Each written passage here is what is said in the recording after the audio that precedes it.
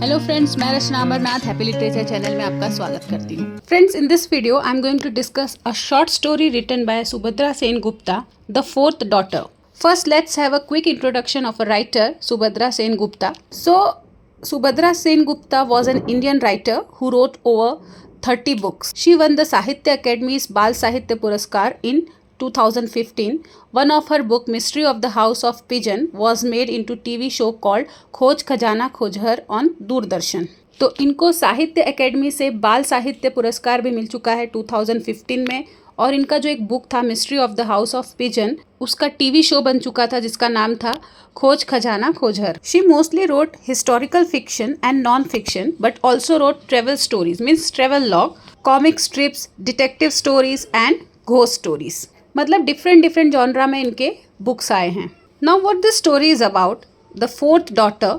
So the story highlights the gender discrimination which is practiced in Indian society, particularly among affluent families, means well-to-do family. मतलब जिसके पास पैसा है, कोई problem नहीं है बच्चों को पालने में, उनकी बात यहाँ पे की गई है. It tells the story of Minnie, a girl born into a wealthy family but abandoned by her own mother simply because she is the fourth daughter. पहले ही तो ये स्टोरी मिनी की है जो कि एक बहुत ही रिच फैमिली से है, लेकिन ये अपने फैमिली में फोर्थ डॉटर है, मतलब चौथी लड़की है, इसीलिए इसकी माँ जो है इसे छोड़ देती है. Now let's see the summary. The story opens with a shocking statement. A mother, Radha, refuses to feed her newborn child. This child is later named as Minnie. So Minnie is unwanted because she is not a son. Minnie's mother does not just reject her emotionally but physically as well. She refuses to hold or feed her. The newborn is left crying and hungry until Parvati, the family's maid and wife of the driver, steps in. Parvati secretly takes Minnie to her quarters above the garage and feeds her milk. Then, with the help of her son and husband, she ensures Minnie's survival. तो story की शुरुआत कैसे होती है? एक shocking statement से, जहां माँ राधा अपनी बेटी को दूध पिलाने से मना कर देती है.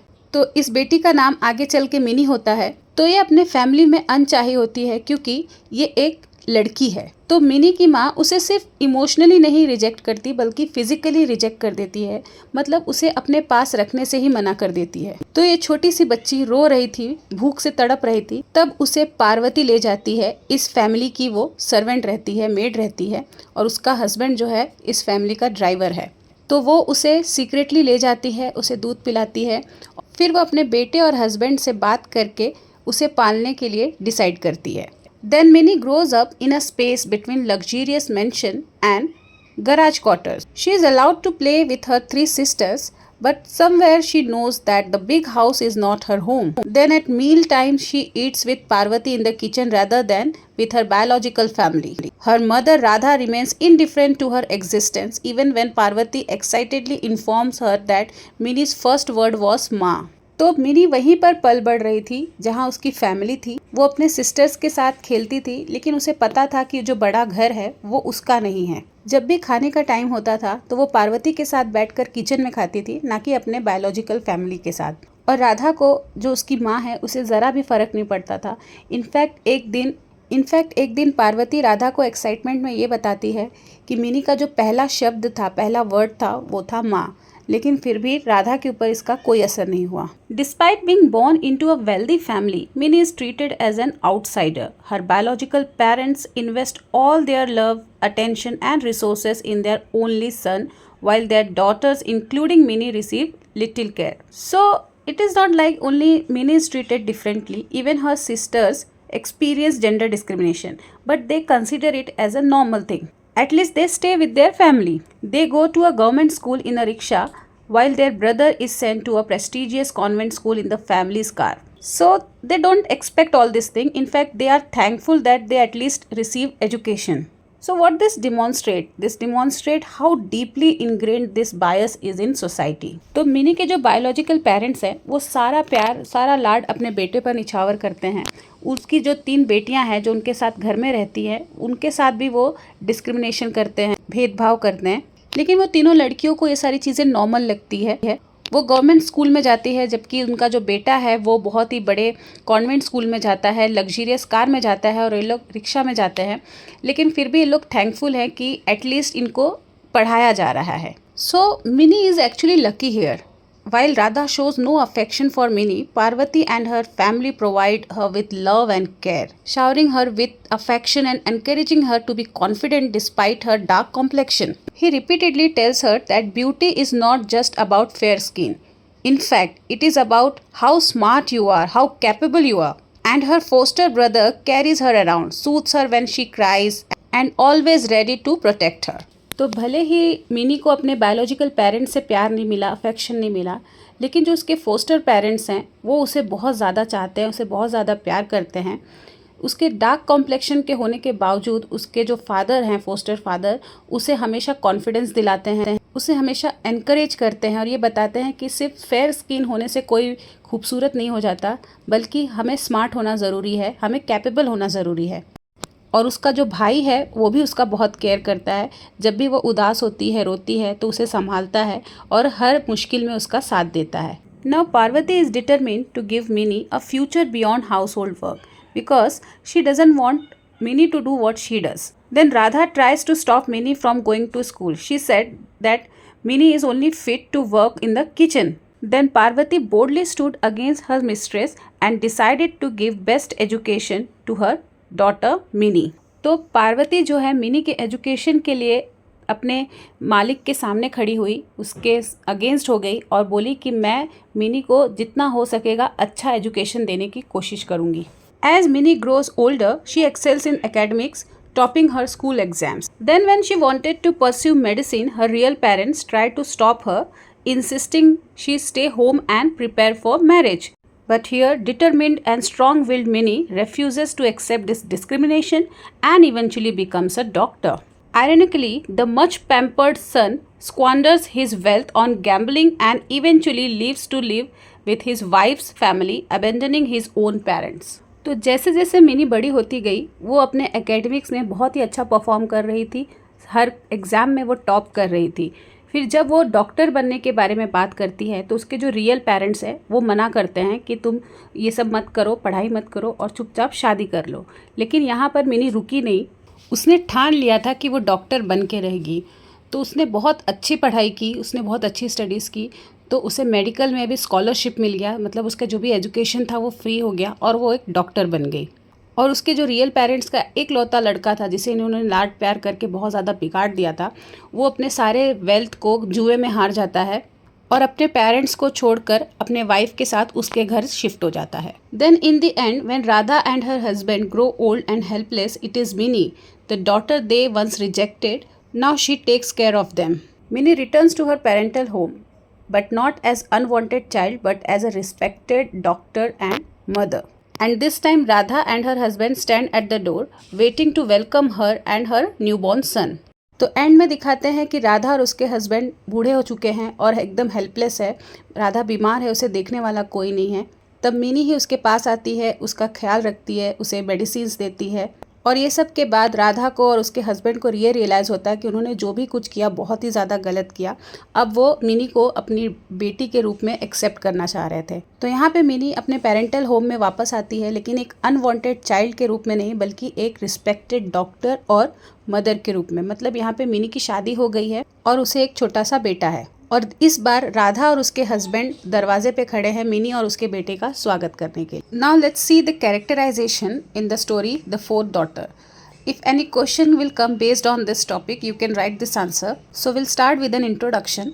तो इंट्रोडक्शन में क्या चीज़ होना चाहिए, कुछ आप राइटर के बारे में लिखिए कि वो इंडियन राइटर है, फिर उन्होंने साहित्य अकेडमी से बाल साहित्य पुरस्कार मिला है, उन्होंने 30 बुक्स लिखे हैं। फिर बहुत ही शॉर्ट में ये लिखना है कि स्टोरी में क्या है। That story is based on gender discrimination in the Indian society. The story is about a Minnie, a girl born into a wealthy family but abandoned by her own mother simply because she is the fourth daughter.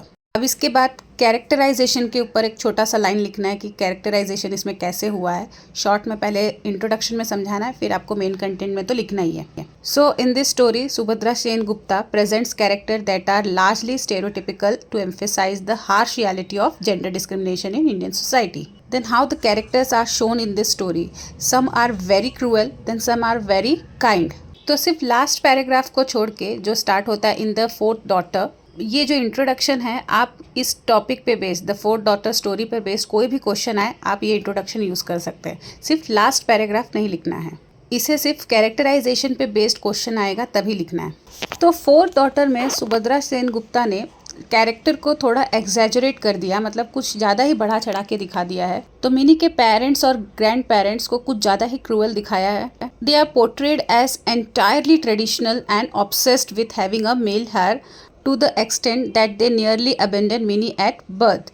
तो ऐसा होता है क्या, मतलब ठीक है, एक लड़का तो उनको पहले से ही है, एक साइकोलॉजी होती है जब लड़का नहीं होता तब भले ही ये सब चीज़ें हो, लेकिन जब एक लड़का पहले से है तो इतना कोई क्रूअल नहीं हो सकता। और स्पेशली जहाँ फैमिली वेल टू डू है, ज़्यादा से ज़्यादा ये हो सकता है कि जो माँ है वो उस बच्ची को कोस सकती है, मतलब उस से पर गुस्सा हो सकती है, अपने किस्मत पर रो सकती है, लेकिन एक भूखे बच्चे को दूध ना पिलाना, जो कि एकदम ही न्यू बॉर्न है, उसे दूध ना पिलाना, उसे रोता हुआ छोड़ देना, ये बहुत ही ज़्यादा इनह्यूमन कंडीशन दिखा दिया है। So in reality disappointed parents might curse the fate और scold their daughters, the author magnifies their cruelty to emphasise the injustice. तो मे बी ऑथर ने इसलिए ऐसा किया है ताकि जो इनजस्टिस है उसको और ज़्यादा हाईलाइट कर सके और लोगों को अवेयर कर सके, अवेक कर सके। On the other hand, Parvati and her family are depicted as Minnie's true caregivers. They provided her with love and support in contrast to her biological parents who rejected her. Though Parvati is shown as kind, she is also practical, initially questioning how she can afford to raise Minnie, making her character slightly more realistic than the others. तो यहाँ पे दूसरी तरफ mini के poster parents हैं, तो यहाँ पे जो पार्वती का कैरेक्टर है वो बहुत ही रियल दिखाया है। वो ये सोचती है कि सिर्फ प्यार देने से सब कुछ नहीं होता, उसे बड़ा करना है, उसे पढ़ाना है और उसके लिए पैसे की ज़रूरत होती है। तो एक अच्छा एजुकेशन हम दे सकते हैं क्या, उसे क्या अफोर्ड कर पाएंगे। तो वो तो इत्तेफाक अच्छा था कि मिनी पढ़ने में बहुत अच्छी थी, तो उसे उसके मेडिकल के लिए स्कॉलरशिप मिलता है। तो यहाँ पे पार्वती का कैरेक्टर बहुत ही ज़्यादा रियलिस्टिक था। एक्चुअली में लोग ऐसे ही सोचते हैं। Then Minnie sisters, even they appears unnaturally emotionless towards Minnie. They know that Minnie is their sibling, but still they never attempt to comfort her or support her. So somewhere it seems unnatural, क्योंकि अगर हमको पता है कि हमारी बहन है या फिर हमारा भाई है और भले वो कहीं और रह रहा है, तो हमारे अंदर उसके लिए इमोशंस ज़रूर रहेंगे, उसके लिए अटैचमेंट ज़रूर रहेगा, सिंपैथी ज़रूर रहेगा। लेकिन यहाँ पे मिनी के सिस्टर्स को क्या दिखाया है कि उनको कोई फ़र्क नहीं पड़ रहा था। तो इसका रीज़न ये हो सकता है जो जेंडर बायसनेस है इनके अंदर बहुत डीपली इनग्रेन्ड है।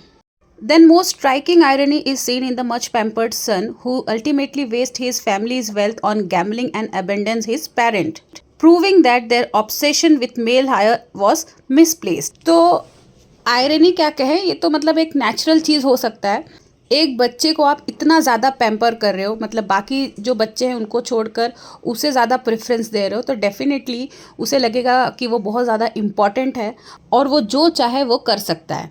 तो ये आयरनी उनके पेरेंट्स के साइड हो सकता है। पेरेंट्स ने एक्सपेक्ट नहीं किया होगा कि मेरा बच्चा ऐसा निकलेगा जिसे हम लोग इतना चाहते हैं, इतना प्रिविलेज दिए हैं, इतना लव, इतना सपोर्ट, वो हमें छोड़ के चला जाएगा। तो आयरनी उनके तरफ से है, अदरवाइज उसका बिगड़ना तो ऑब्वियस था। However, his downfall is not explored in detail in the story. ज़्यादा इतना दिखाया नहीं गया है कि क्या हुआ उसके साथ, क्योंकि जो इम्पोर्टेंट कैरेक्टर थी, जो मेन कैरेक्टर थी, वो तो मिनी है। Most characters remain static throughout, serving as symbols of societal attitude rather than evolving individuals. तो स्टोरी में और भी कैरेक्टर्स थे, बस वो एक सोसाइटी का पार्ट बने थे, इतना ज़्यादा उनको फोकस नहीं किया गया। This stark contrast between extreme cruelty and extreme kindness makes the story impactful but also slightly unrealistic. मतलब दोनों ही तरफ जो दिखाया वो थोड़ा सा ज़्यादा हो गया, मतलब बहुत ही ज़्यादा क्रूअल भी दिखा दिया और बहुत ज़्यादा काइंड भी दिखा दिया।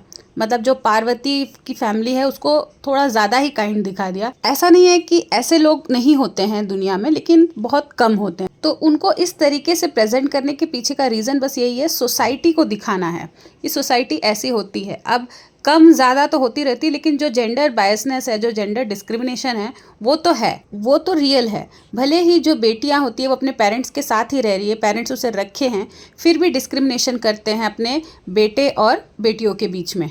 तो इसके पीछे रीज़न क्या हो सकता है? रीज़न सिर्फ ये नहीं है कि वो लड़का है और ये लड़की है।